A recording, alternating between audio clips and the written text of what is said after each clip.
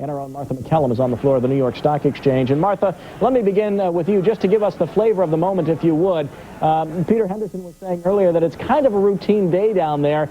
And in fact, since the hype has disappeared, it almost seems like a slow day on the floor of the New York Stock Exchange. It kind of does, Ron. I've been spending a lot of time down here this afternoon talking to specialists and people on the floor who say, they're not seeing a lot of activity today, but yet they do see a nice broad support for the market, and we did sort of nicely sweep up and over 10,000. We've stayed there quite solidly, mostly on the strength of the financials, the strength of the oil stocks, which weren't participating in such a long stretch of this bull run that we've had. So that has been sort of what people are saying is giving them the momentum to go up and over. We did see what many were calling some program buying going into the session today, and that gave us the strength to kind of build the base that we've been working on throughout the session. Ken Safian, with respect to the technical components of this market and the things that you look at when you review charts and kind of other of the more arcane indicators in the stock market, do you see a healthy market, or do you see a market that has some headlines that are pretty exciting but some churning underneath? I see a stock market that has a lot of winners and a lot of losers, and I think that the Dow and the S&P really aren't representative of what the internals are saying. All right, how would you play the market here going forward? Well, I think that the indexing makes sense here, because I think that as we go along, we have more and more accidents, and you don't get penalized when you have an accident if you have an index. And I think also there's a transition taking place in the market where Asia is picking up, you're seeing the energy prices do better, and yet it may be premature. So if you have an index, it seems like you cover a lot of areas, and then when you do see that change in leadership, which I think will definitely develop within time, then you can make that shift.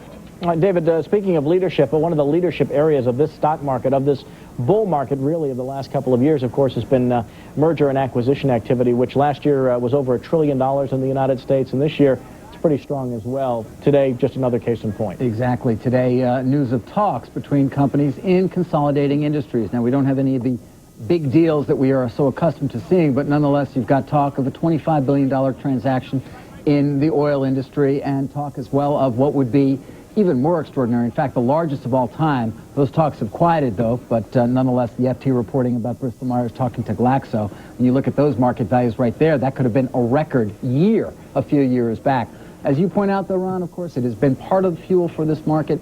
These are two examples of consolidating industries. Companies are incapable of raising prices. They have to look for ways to grow their earnings, and they certainly have turned to buyouts as one way to do it. As well, of course, with their own rising currency, it's been very easy to do the deals, and the CEOs, well, you do a deal because you're confident. And in a market like this one, it is fairly easy to be confident. Joe Kernan, I want to talk about two stocks here that are in many ways emblematic of what's taken place in the stock market over these last many years. And it could sound self-serving to discuss them because, of course, GE is the parent company of this network. Microsoft is the co-parent of our sister network, MSNBC. But the combined value of these two firms now is in the neighborhood of $800 billion, nearly $1 trillion. That is about, what, about 1/8 of the capitalization of the New York Stock Exchange and the NASDAQ combined. And today, definitely those two leading the market higher. GE trading up 4.25 points. That's a big move for the second biggest market cap stock on the planet.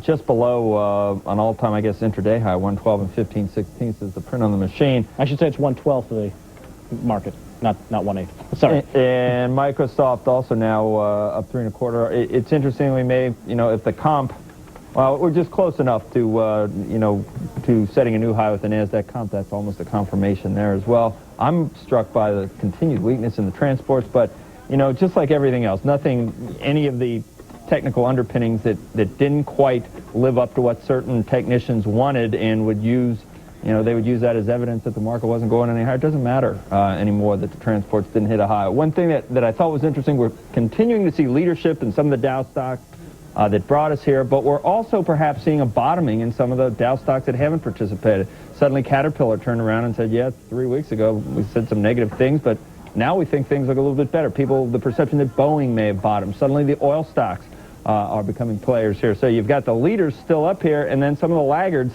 That's all we needed, really, to push through here and close decisively above. All right, we're going to take a break on that note. When we come back, we'll continue our roundtable discussion on the stock market. The Dow holding at 10,027, a little more than 14 minutes left in the day. More street signs and maybe an historic close still to come. Stay with us.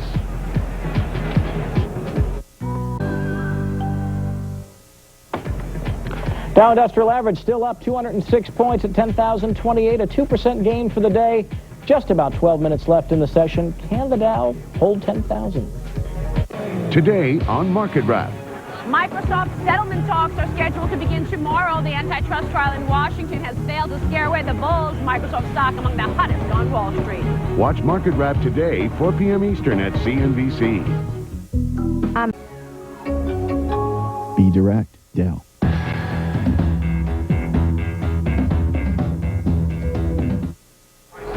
Is it just going to be another teaser here? The Dow at 10,018, slipping back from its highs of the day. Still up 197 points, with the Nasdaq up 70 and the S&P up 26 1/2. We continue our roundtable discussion now on what's happening on Wall Street. Still with us, of course, Ken Safian, David Faber, Joe Kernan, and Martha McCallum. And Ken, let me come back to you. You've been looking at the S&P 500 as an important index to watch, as, of course, many people do. We do have a chart available of it that has, in fact, talked about the price-earnings ratio of the S&P 500, which, at a new all-time high today for the average, we see that the PE is also at an all-time high, up around 31. What do the price-earnings ratios tell you about the state of the stock market, even though it's not been a helpful indicator to use that over the last couple of years? Well, I think what a lot of people don't realize is that the S&P average is really a growth average. We've had a growth average for many years. We developed it back in 1960, and the PEs for that growth average were twice the PE of the S&P all through the 1960s. Today, those PEs are the same. So if you're looking at the S&P and you're saying, oh, the market's done very well, of course it's done well. The growth stocks have done well, and the cyclicals have done poorly. So therefore, it explains why the breadth of the stock market is poor as the S&P goes to new highs. And as a matter of fact, the Dow has also made changes, so it is also more of a growth average. So you expect, though, there to be a rotation away from growth and toward cyclical at some point, or no? I think when Asia picks up, and I think there's a lot of pent-up demand in Japan, it would seem that money would start going over there, and you'd see an important shift in the stock market and in the economy, and that could have reverberations on our general economy.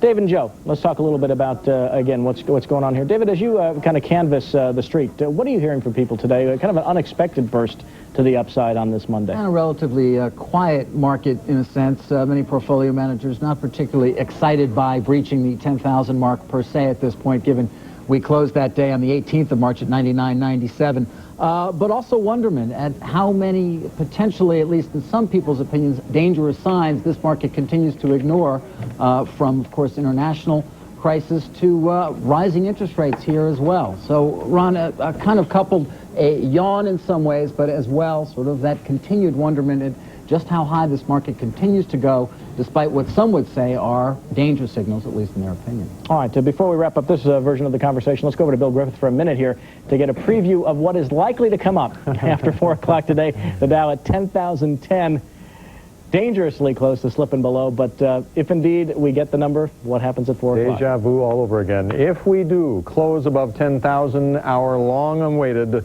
Dow 10,000 special, which will go from 4 p.m. Eastern until 7:30 p.m. tonight Eastern Time. More immediate concern during the first half hour, at least, we will just look at the developments of the day. Michelle Caruso Cabrera will identify the stocks that took us over 10,000, and we will talk with longtime market veteran Ace Greenberg, the chairman of Bear Stearns, about put this in historical perspective, plus a lot more to come, both historical and looking ahead to the future over the next 3.5 hours, if we were to close above Dow 10,000. And if we don't, I'll see you on Market Wrap in about 5 minutes, Ron. That's Sue Herrera. Yes. Thank you, Bill. All right, we're going to take a quick break. When we come back, we will, of course, count down the final few minutes of trading. The Dow at 10,005. Just about 7 minutes left in this session.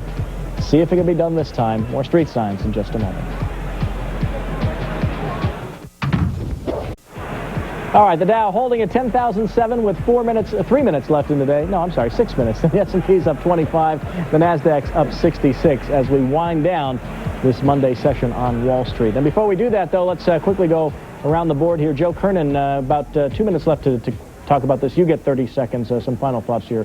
I am currently, Ron, going back to October 8th, looking at the Dow, which was at 77.31. That was the low for when we thought Asia and Russia and the world was ending. And I'm struck by the Nasdaq at 1419, now at more than 1,000 points higher. And I'm looking at some of the closing prices of the Dow components that day. You know, 5 months later, we've come a long way, and the world looks different. And the stock market certainly looks different. We're at 10,006, and I got my fingers crossed. David, interest rates were up today. They were indeed, but that doesn't seem to be bothering this market. That does come back to the question of valuation. When you're at 30 times at this point, what are you willing to accept as a return ultimately in the stocks you're buying, given the long bonds going up? At this point, not a worry. And of course, look at Microsoft and GE adding a combined $30 billion in market value today alone. Martha, down on the floor of the New York Stock Exchange, you know that ticker speeds along a little faster than everybody else's here. We're looking at a Dow, 10,006. Is any evidence that there would be more market on close buy programs that would ensure a victory for the bulls today, or no? It doesn't look like it right now. It looks like we're having a little bit of program selling entering the market is the buzz that I'm hearing on this street. We have a little bit of pullback in American Express, Citigroup, IBM, and Coke have all given back some of their gains so far this afternoon. S&P futures looking a tiny bit weak. People talking about that too. Just up 5 points, so we'll see if we can hang on to it, Ron. All right, thanks, Martha. And in fact, we are now counting down the final few minutes of trading. As you can see, the Dow is at 10,007. That is up 184 points. The Dow had been up almost 220 points just not too long ago. In fact, in the final half hour of trading, the Dow was up in the 10,027 range. It has backed off a bit, as you can see, holding still at 10,006. The S&P, of course, going for a record today, up 26 points. The Nasdaq Composite is just a few points off the high of the day, up 68 points. Now, Microsoft, of course, Intel, a big contributor. Cisco Systems very strong today. Technology, financial, oil issues, all doing very well. And the internet stocks, of course, surged throughout this day. Talk of consolidation and new competition, getting a lot of stocks moving in today's trading. Can they hold on to that important 5 points? We'll know when the closing bell rings 2 minutes from now. People ask me what's market. We're trying to see. Well, on the fourth try, it does appear that the Dow will close above 10,000, barring any last-minute settlement issues. The blue chips at 10,010. The closing bell is still just about 30 seconds away. The Dow up 188 points with the S&P strong. The Nasdaq shooting for its high of the day, up 72 points. Big winners include GE, JP Morgan, American Express, Chevron, and Exxon all stronger today, with Microsoft boosting the Nasdaq. The Dow, as we said, holding on here at 10,009, and the seconds are ticking away. It is possibly the Dow's date with destiny as the closing bell rings on Wall Street. The fourth attempt for Dow 10,000 appears to be successful. It is time now for Market Wrap and a Dow 10,000 special on this Monday afternoon. There you have it, Ron, with the chairman of the New York Stock Exchange and the mayor of New York City, Rudy Giuliani, ringing the closing bell today on what has turned out to be finally an historic day on Wall Street, with the Dow crossing 5 digits on a closing basis for the first time. As you pointed out, 3 previous times we got into that territory and then failed to close there, but it has finally happened, and now, for real, they can throw those Dow 10,000 caps out to the traders on the floor, as they did recently, and then had to pull them back. It is finally official on Wall Street. We will have complete coverage of this historic day coming up on Wall Street. It's a special report from CNBC, Dow 10,000. Now from CNBC Business News headquarters, Bill Griffin. It looks like we are making history on Wall Street today. We have complete coverage coming up. We'll have live reports. Rick Santelli of San Juan Futures We'll be watching the Dow futures contract from the floor of the Chicago Board of Trade. Michelle Caruso Cabrera will show us what put us over Dow 10,000 today in terms of the individual components on a day when it appeared that it was some window dressing from mutual funds as we approach the end of the first quarter of trading. But first, let's go to the floor of the New York Stock Exchange. Martha McCallum is down there to give us a reading of the day and the mood and what traders are talking about down there. Did you get one of those hats this time again, Martha? Well, you know, Bill, they're throwing them from the balcony right now. Mayor Giuliani and Chairman of the New York Stock Exchange, Dick Grasso, are tossing them out, and there's sort of a mad rush to get hats over there. And some people were worried that there might be some violence breaking out on the floor, but it looks like everything is pretty much under control. We did close over 10,000, and everyone's very happy about that. Quite relieved to have been able to get up and over that number and stay there. It looked towards the close like we might be pulling back a little bit, but we did manage to do the close. Keep in mind that we were at 9,400 on January 6th, that we have blown through all of those milestones between 9,400 and 10,000 in just this year in 1999 in very volatile trading. We've had 14 days of more than 100-point gains, 9 days of more than 100-point losses. Really what has happened over the past couple of weeks and the past few sessions in particular has been a nice broadening out of the market. We've heard so much talk about the big caps leading the market higher. We did see a little bit of broadening out, and that's thanks in part to what we've seen in the oil stocks. OPEC production cuts helping their consolidation in the oil sector, also helping there. In fact, when you look at the leading sectors for the past month, oil drillers, oil and equipment services up 49, up 31%. Oil field equipment up 27%. Also, securities brokers making the list of top 10 houseware products, houseware durables have also put a nice performance. We had very strong performance from Procter & Gamble last week. All these things have contributed to this incredible market, which has found its way up over the 10,000 mark. We also had Morgan Stanley Dean Witter last week coming with very strong earnings, and that has given an added dose of support to the financials. We saw nice performances today from American Express, from Citigroup. Citigroup was up 7/8, American Express up 2 3/8 at last check at $123 a share. Also, General Electric, parent company of Cnbc, putting in a very solid performance today, making a crack at some new territory there at 112 and the 16th, up 4 1/4. Also, Abby Cohen, who's been the great bull proponent and voice of this market, coming out last week saying that she had a new target on the Dow up to 10,300, that she was raising her targets for the S&P and the NASDAQ as well. Also, people telling me that one of the indications that we've had that we're seeing a little bit of interest in some of the smaller and mid-cap companies is an increase in cash deals, bigger companies taking over smaller companies. For example, the Computer Associates Platinum Software deal that we saw today. Also, some alleviation of the problems in Latin America, the problems in Japan as well, have been sort of bolstering this market and giving it some positive. Also, we can't leave out the dot-com mania that has driven the enthusiasm in the brokerage stocks in particular, and we've continued to see that happening. So American Express up 2, Chevron up 3, Philip Morris up 1 1/8. Those are just a few of the leaders that we saw today. Back to you, Bill. Thank you very much, Martha McCallum at the New York Stock Exchange. A man who just recently celebrated his 50th anniversary on Wall Street joins us now. Alan Ace Greenberg, the chairman of Bear Stearns, joins us from his firm's trading floor there. Mr. Greenberg, nice to see you again. Hi. I know it's just a number, but put it in perspective. I mean, again, going back to what you and I talked about a few weeks ago when you did celebrate your particular milestone, now we've got a big one for Wall Street as a whole. What does this mean historically to the street? Well, my milestone wasn't very big, and this one isn't either as far as I'm concerned. Why? Well, it's just, you know, what 30 stocks have done. The Dow Jones Industrials has nothing to do with, I think I read last week that 80% of the stocks in the Standard & Poor were down about 20% for the year. So you have to own the right companies, Bill. And I don't think it's that significant. But it is symptomatic of the kind of economy that we've had now. This caps off the kind of unprecedented growth in peacetime that we have seen in the 90s, where we've had steady growth with very low inflation. Isn't that what has been feeding the stock market anyway? I think that, plus the fact that I think this country looks better every day to investors than the rest of the world. It's an unbelievable place to invest money in, and the other places seem to be crumbling. I hope they come back. But if you had a lot of money and lived in any of the other countries, you know the ones I'm talking about, wouldn't you ship 95 or 98% of it to America and invest here rather than leave it in the host country where you've been,